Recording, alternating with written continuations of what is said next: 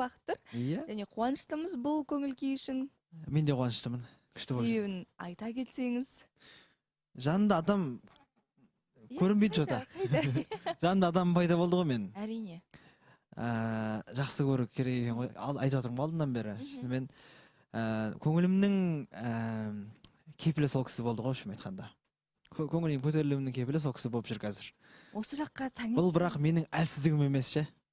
Өзүне айттым. Мен жакшы көргөмдө әлсиздигимди кабылдама деп айтып койдум. Иә. Жигиттер кауымунун сөзү тийип кетип жаткан жок па сизге? Не үчүн? Әлсиздигим деп бирден әлсиздигим деп кабылдамасын деп айтып жатканыңызга. Енді көп жагдайлар көрдүк қой, енді көзбен, сондықтан айтып атканым ғой. Түшүнүктүү. Енді бактан басыңыз айналып жүргендиги көрүнүп тур. Ол бизди кубантады. Себеби махаббат сезими сиздерге бир жарасымдылык сыйлап турганы анык. Жарасамыз ба негизи? Әрине, өтө керемет жарасасыздар. Типти Назеркенин назданганынын өзү бир ерекше эркелегендигин көрсөтүп турат. Сол кыздын эркелигин көтөргениңиз сиздин кандай бир эр азаматтыкка тең касиет экенин көрсөтөт. Енді мақтай берсем сіз жақсы. Бастысы көңіліңізге жағат, көңіліңіздің қалауын таптыңыз. Әрине. Бәрі дұрыс, ойдағыдай. Ойдағыдай. Жаңағы арнаған әніңізді естіп тамсанып қалдық. Иә.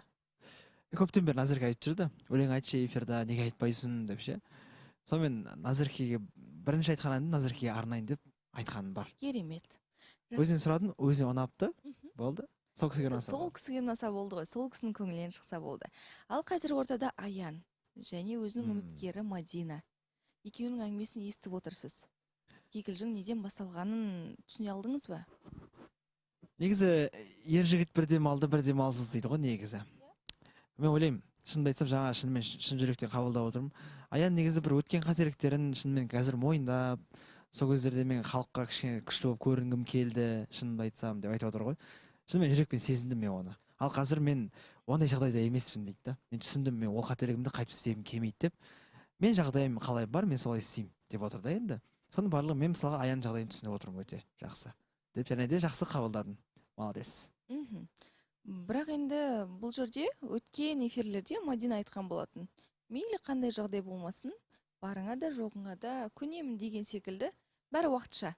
Кез келген сынаққа бірге жүріп шығуға болады деген нәрсені жеткізген болатын. Енді бұл жерде ойының өзгеруі ма, әлде қалай? Негізі маған да сондай маяк келіп жатыр, шынымды айтсам ше. Андай бір бастапқы кездегі жалын көздегі, бастапқы кездегі от жоқ қой. Аянда да сондай сыртқы, жаңа айтып отыр ғой, неге сен типа насырнең жоқ деген сияқты Мадинаның өзі. Сол ойлап тұрмын, негізі Аян өзінің ішкі ойымен, өзінің пайымдауымен негізі бір жауап шешіп қойған сияқты менің ойымша ішінде.